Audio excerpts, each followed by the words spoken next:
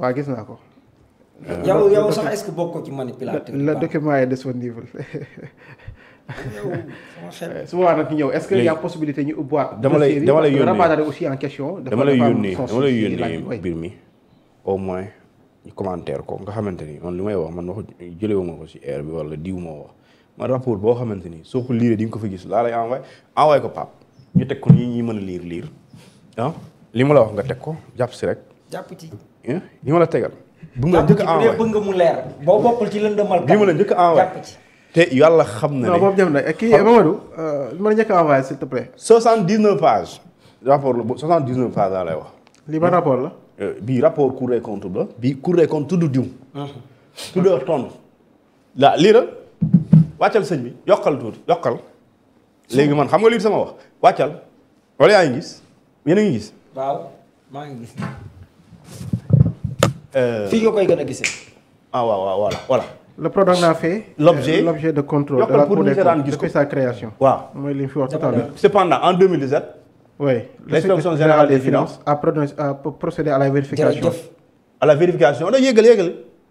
à la vérification du contrat liant l'État du Sénégal à l'entreprise israélienne. teg ko ci wolof ñu avancé teg ko ci wolof rek am kuy seetaan. cependant mu ne inspection de finance. si noonu. wante defoon na ak lu njut en 2017. waaw ca atum. olof bi tamit ñaari junni ak fukk na oyof gars yi duñ dégg du ngay. ma njar ko na oyof rek jàpp si na ndutu xaw loolu defoon na saytu rek defoon na saytu. defoon nag caytu li maanaam li ñu tuddee vérification xool. vérification mooy caytu kii saa li sérieux waaw li sérieux ma dafa am lu ma la envoyé dama bëgg loolu. def na saytu. contrat bu dox diggante. ki nga xamante ni moom mooy. état wu Sénégal ak Green 2000. Green 2000 boobu il faut ngeen comprendre moom moo defar DAC yi. DAC moom mooy domaine agricole communautaire. mu war a am 11. 8 lañ ci réalisé. ñoom dañ ne 8 lañ ci réalisé. voilà léegi ñu ne de même ci noonu 2019. le bureau lii rek Bamba lii rek di nga lire. lan si mu ne. en 2019 de même. waaw de même en 2019 le bureau organisation et méthode. a effectué oui. une revue. waay xam nga revue la revue de l'organisation mooy xool revue globale mooy xool mbir mi nu mu composé wu nu muy doxee ci organisation mu xool ko. léegi fii nii xoolal ressource financière ñu ne la le transfert de l'État et cetera fu xaalis bi war a jógee. oui léegi kii kan moo ne ci biir Mamadou wala Bamba. Mamadou yéegal ci suuf laa bëgg fu ñu bind 9 milliards 600 millions yi. Mamadou yéegal waay 29 milliards 600 millions yi. wala mënu ko yéegal. Bamba muy gis fi voilà foofu xoolal ci suuf nee na la 29 milliards 600 millions 536 000 francs en 2016 dans le cadre d'une première phase relative à la construction des DAC. ñu bind la entre de CFA Itato Kër Samba Kane. lii rapport la Kër Momar Sarr. waaw financé par l'État du Sénégal. à travers une convention signée avec Locafrique. jeex na xam nga Locafrique wax naa la maa ngi tuddal damay jox ñii ñu am élément am na xam ne yoruñu lii léegi indi beneen page bi indi beneen capture bi s'il te plaît. léegi balaa andi maanaam pour ñu génnee décaisser financement boobu xam nga ñaata lañ njëkkoon a laaj. 5 milliards. DCMP bañ ni jubut. ñu bocc fa DCMP dem ARMP. actuel ARCOP nangul leen ñu décaisser 29 ku ñu bañal 5 ngir sa jubadi ARMP nangul la 29 maa ko wax. ok léegi defal naa de lii na la des tubaab ba ma xoolal fii des travaux anormalement longs mooy liggéey yoo xamante ni gudd na mais te guddaay bi long au terme de l'article 14 du décret ba ma dire décret bii portant création et fixant les règles d'organisation et de fonction du PRODAC, document de planification et de réduction de compte, plan de travail budgétaire annuel et rapport, manuel de procédure, etc. Entretien avec des responsables du PRODAC et des personnes ressources, en l'occurrence les différents directeurs et chefs de service ainsi que les chefs de domaine agricole communautaire. Il y a focus group. Il y a visite des domaines agricoles. léegi dafa am lu ñu def Italie loolu ngay lire loolu la. ñu justifier lu tax mu loo ñoom lu ñu tontu loolu lañ lay waxal. waaw dans le domaine de Sédhiou CFA Louga wala du boobu. j'ai envie de ma nekk. non du wax du dem son bi doo am son. non da ngay sëgg fii. waaw doo am son. non micro ma ngi nii. non doo am son. waaw non attends. non jëlal micro bi tuun. non ñi seetaan dama bëgg ñu comprendre sëñ bi man daf maa leer nañ man je vois clair mais pas ma gisul clair moi aussi je vois clair. na leer Bamba day tappale na leer. na leer non non bul yëkkati dara yow demal ci kii bi rek. léegi may ñu cuun. léegi xoolal fii. oui ma Mamadou may ñu cuun waay. xoolal fii liñ bind. Cependant, l'équipe de vérification a relevé que sur les 4 domaines agricoles prévus, celui de CFA a fait l'objet d'une réception définitive en date du 13 décembre 2018.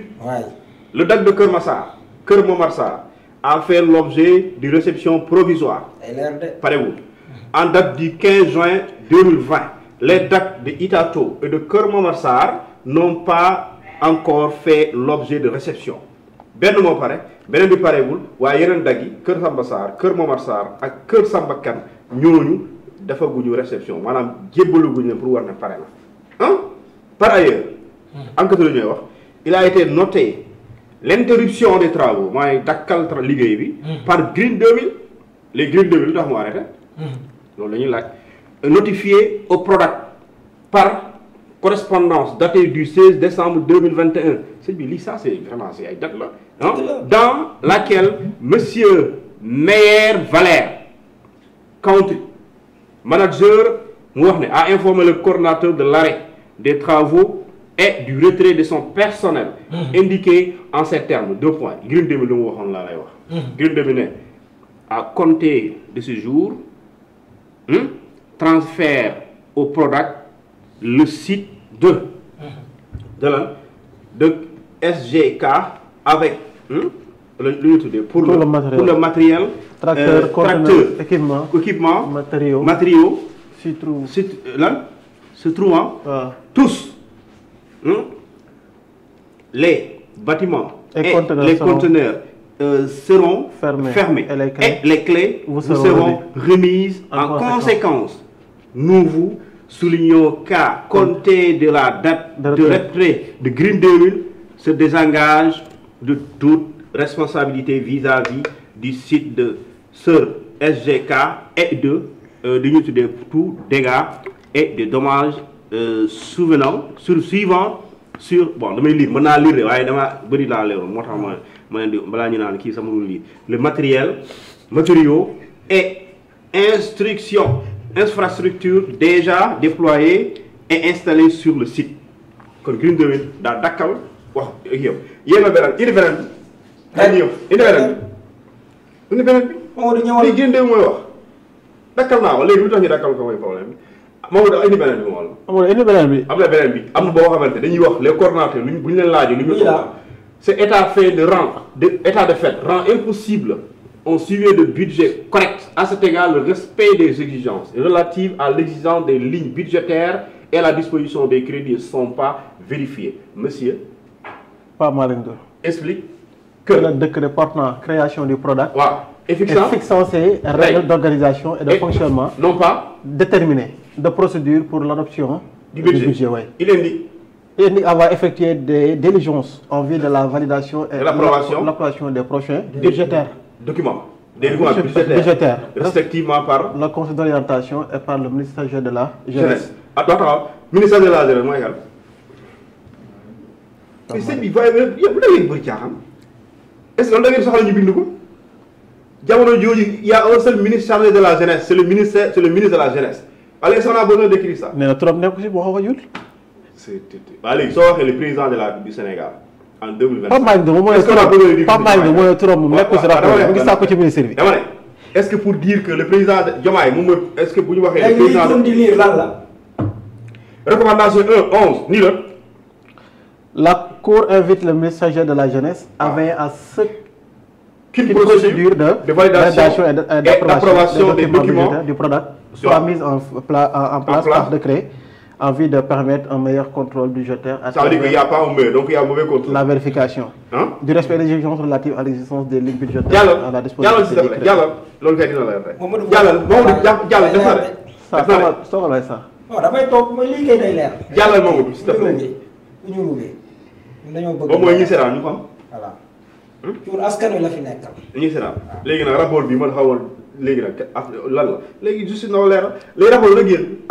S'il te plaît. Recommandation 1 dem na ba ay 10 bari na recommandation 9 recommande liiral sëñ bi liiral fi la Cour recommande au coordonnateur du product de prendre les dispositions idoines pour la mise en application du manuel opérationnel du système de suivi d'évaluation. léegi défiance du système d'information. maanaam xibaar yu baax yi.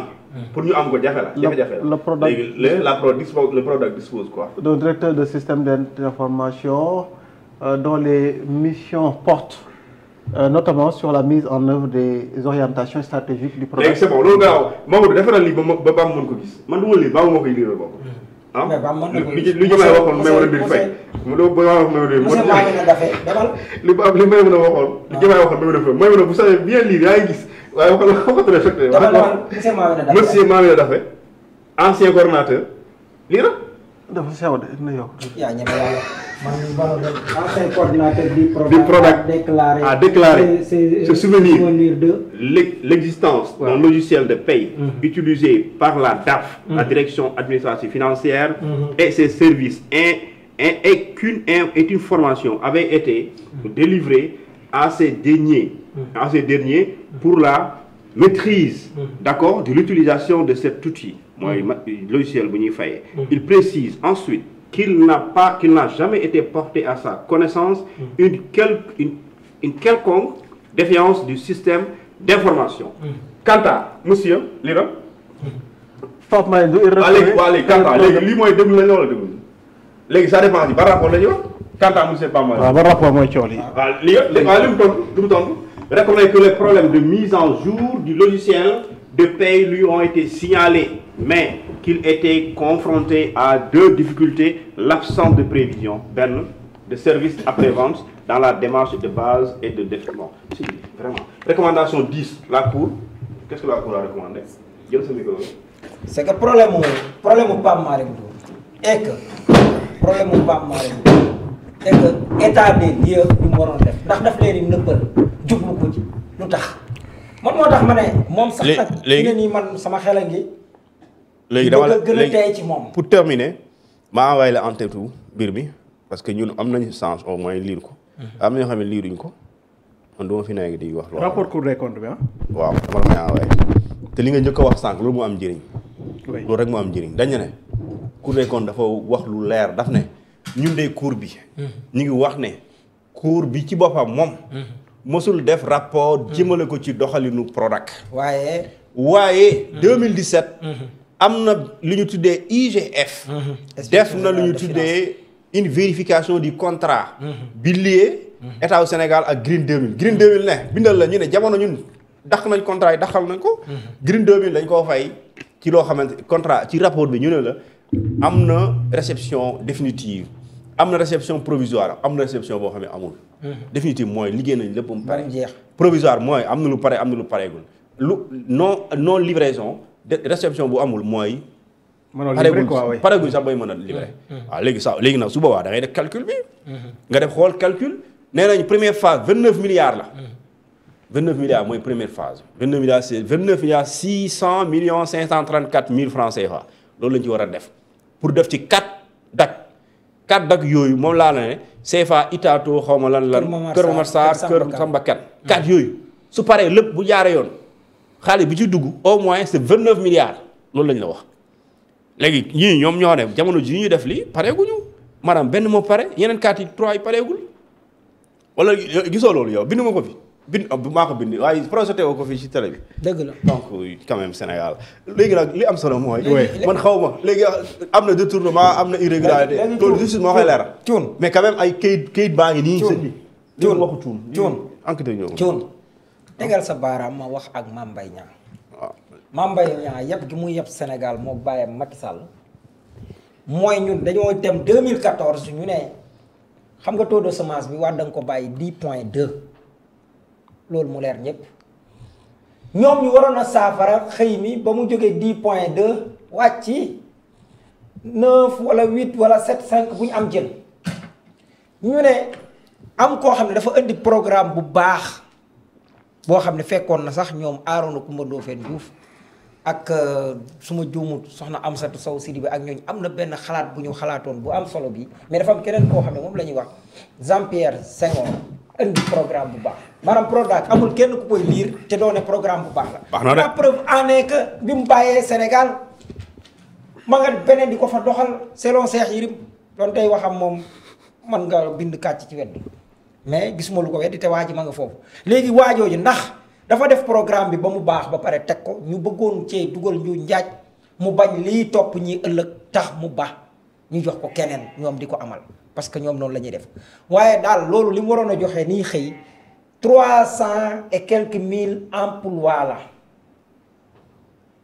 100 000 maanaam ñetti téeméeri junni xëyi ndaw ñetti téeméeri junni xëyi ndaw lañ waroon a joxe waaye bi ñu gisee ñoom amul sax junni sax amuñ ko ci ku waroon a am ñetti téeméeri junni nit léegi loolu lan moo ko waral ñu jël suñu xaalis mu waroon a daje jege luy tolloog 100 milliards yu néew tuuti ñu jël maanaam li ñuy wax ñaar fukki milliards ak juróom-ñeent laata ñuy jël ñaar fukki milliards ak juróom-ñeent juróomi milliards lañ naroon a jël dawalee ko xaj na pour benn dagg waaye dañu ne lépp bi ñu demee ci Ibrahima Gueye mooy DCMP Ibrahima Gueye gis na lii du lu jub tax xaati moolu lu leen ngir ñu mën a dem jëli xaalis waaye ni DCMP amee noonu la ARCOP amee ñu ne fa ñukk DCMP jubali ARCOP bi Sayar ñaa jiite woon moom te waroon a dem retraite bu yàgg Macky Sall ba ko fa xaj na lu mel noonu taxoon mu ba ko fa ndax Ibrahima Gueye mii moo ko waroon a wuutu kooko nangul leen ñu jël 29 milliards 29 milliards yooyu nag naax saay ci diggante Green 2000 ak Lok Afrique ak ministère ba ak TIDA mooy ka ñuy wax Ibrahima Cissé la tudd xaw ma ak yow lii moo fi xew kon Mame Mbaye Niang bu ko Babacar Fall mënoon a am tey ci télé li doon wax ji mooy yéen question lan moo ci waroon am ay xëyu ndaw ngeen doon saafara est-ce que lu ngeen ñaata xëyu ndaw ngeen saafara loolu moo doon question bi mais comme ay tappalekat lañ waa ñenn ci waa TFM wala yenn ci waa RFM GFM groupe boobu comme ay tappalekat lañ di def ay question orientée nekk fa naan noo waa ji waxul dëgg na ko génneeg ab premier ministre boo xam ne di wax lii war naa xam ne kii duma kii mbir mi xam nga lan la Bamba mooy ni mu ko waxee sànq kër gi dépense daf fee nekk xaalis bi maire bi indi ko nekk seen bàyyi ko sàcc ñu ne doom yi la ñuy kii kenn xalaatu ko ñu indi di jëndal gi ku nekk di dugal doom yi bi ñu dugalee ba ñëpp jeex jàppul kenn ñu jël montre pa bi daal di teg rek jëndal gi jàpp montre bi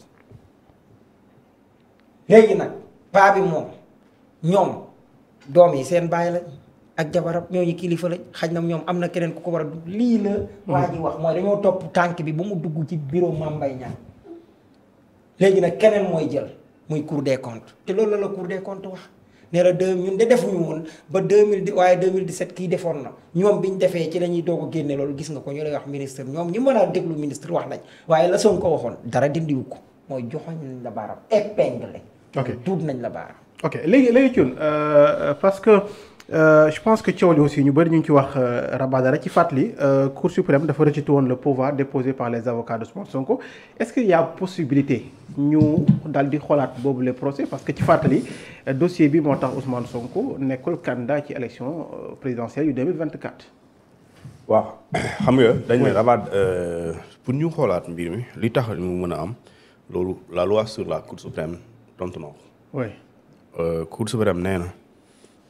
wala yoonu Sénégal d'abord lu mu wax mooy dafa am lu ñuy tuddee le double degré de juridiction am les juridictions supérieures et les juridictions inférieures léegi nit ñu tax ñu ne le double degré de juridiction mooy yow bu ñu la yóbbee ci kanamu yoon wala nga yóbbaate ci kanamu yoon suñ la atte bi àndoo ci nga def lu ñuy tuddee recours nga dem ci juridiction bi kawe biñ la attee pour mu attewaat la kon soo demee première instance soo ci d'accordul da ngay def appel soo demee appel bu ñu la daanee d'accord aussi mën nga se pourvoir en cassation soo si pourvoir en cassation soo si d'accordul pourvoir en cassation boobu bu joxee arrêt am la Cour suprême mën nga def lu ñu tuddee rabat d'arrêt bi nag loolu il faut ñu xam le rabat d'arrêt c'est par rapport à la procédure au respect des droits de la personne mooy nit ki li conduire à sa condamnation est-ce que jaar na yoon loolu lañ ñuy xool. mooy le droit de défense est-ce qu'il y a ce qu'on appelle li ñu tuddee principes ñoo xamante ni constitutionnel yu ñu violé te buñ ko toppoon sa droit amaana duñ la daan léegi loolu la donc la Cour suprême c'est pas une juridiction de fait. C'est une juridiction de droit. Droit bi mooy. est-ce que mbir mi jaar na yoon. Les juridictions de fait c'est quoi? C'est la cour d'appel la première instance et cetera mooy foofu ngay toog naan waaw yaa sàcc ginaar bi sàcc loxo loolu la ñuy wax mais à la Cour suprême on ne discute pas de ça on discute des règles de droit léegi nag mën nañ dañ ne un dossier mën nañ ko réouverture même si daan nañ ko malgré parce que dañ ne les ñu tuddee lan mooy fay procédure lan mooy fay action publique lan moo koy fay amnistie bi am ñu daan la définitivement ñu tuddee ko l'autorité de la chose jugée ñu daan définitivement ñu ne c'est fini julli tubaab jeexal nga lépp ñu daan ko wala ñu ne nit ki dee na waaye léegi jeexal nañ lépp mais ñu ne exceptionnellement même bu ñu jeexalee lépp am na fu ñuy toll loolu c'est la cour damay fàtte loi bi mais ci kanam dinaa la wax article pas loi ci cour suprême bi dañ ne lorsqu'il y a présence de pièces nouvelles noonu lañ ko bindee ci cour suprême lorsqu'il y a présence de faits de pièces nouvelles yoo xamante ni pouvant conduire à un doute sur la culpabilité de la personne mooy dès l'instant ñu am lu bees loo xamante ni buñ ko tegee ci table bi juge bi yoroon ko dina bu ci sukkandikoo mën na tax rek suñu xel tey ci waa ji moo def. dañuy def lu ñu tuddee dañuy attewaat mbir mi su boobaa nag loolu procédure la léegi nag ñooñu soo fa jaarul mënuñ ko attee. ñu ne la ministre de la justice mooy def. demande waaw ministre de la justice mooy bind waa cour suprême xool fait nouveau boobu noonu. d'accord mooy pièce nouvelle bi xool est-ce que effectivement bu dee gis nañ ni effectivement c'est une pièce nouvelle ci la ñu demander ñu attewaat mbir mi. ça veut dire que bu ñu ko attewaatee exceptionnellement lépp lu ñu fi atte woon ba waral condamnation boobu day mel ni mosul am léegi nag problème bi foofu nag aussi bu jàllee mooy amnistie bi moo ci taxawaat foofu moom problème foofu lay nekkaat mais boo amee pièce nouvelle c'est pour nga atte léegi amnistie nee na mënoo atte foofu mooy dem problème bi mais bu ñu amee pièce nouvelle mën nañ dellu ginnaaw waaye léegi pour dellu ginnaaw mooy tey ci salle bi ñu ne la yaa ngi dem marché bi waaye soo demee marché mënoo delluwaat kër gi yenn heure yi parce que dañuy tëj buntu kër gi xam nga léegi bu ñu demee ci marché ni mën nga dellu léegi boo delluwaatee mënoo dugg ci kër gi léegi lu mooy problème bi c'est-à-dire que bu amee pièce nouvelle sax am na même bu amee supposons léegi pour nga attewaat nooy attewaat parce que si loi d'amnistie waaw loolu mooy doon problème bi parce que on ne peut pas juger des faits amnistiés c'est ça le débat et en réalité nag su boobaa mënoo wax la diffamation est une infraction politique loi amnistié na ko parce que ça t'arrange maanaam képp ku ànd ak Sonko moom bu dee avec la loi d'amnistie là ça veut dire que arrangé na la parce que amnistie dafa effacer fait léegi nag suñu demee fee ndax am nga pièce nouvelle nga bëgg ñu juger waat ko dañu mën a juger waat tu vas voir le beurre et l'argent du beurre soit su amnistié on peut rejuger soit c'est amnistié on ne peut pas rejuger c'est ça le débat et foofu aussi maintenant loolu mooy doon problème bi mais il y a possibilité de rejuger l'affaire astafurlah si kii bi maanaam bu ñu demee am pièce nouvelle yoon prévoir nañu rejuger ko mais dina am obstacle boo xamante ni loi d'amnistie moo fi toogaat non problème bi sax et su boobaa aussi pour tëbal obstacle boobu il faudrait abroger la loi d'amnistie après tu ngay retourner waat ci problème impossibilité d'abrogation mais problème bi nekk foofu parce que boo doon bañ fee nouveau ak amnistie bi mooy nga àttewaat Sonko ak Mame Mbaye Niang loolu nag tekkiwut ne mën nañoo duggaat ci biir ba toppee Mame Mbaye Niang affaire Prodac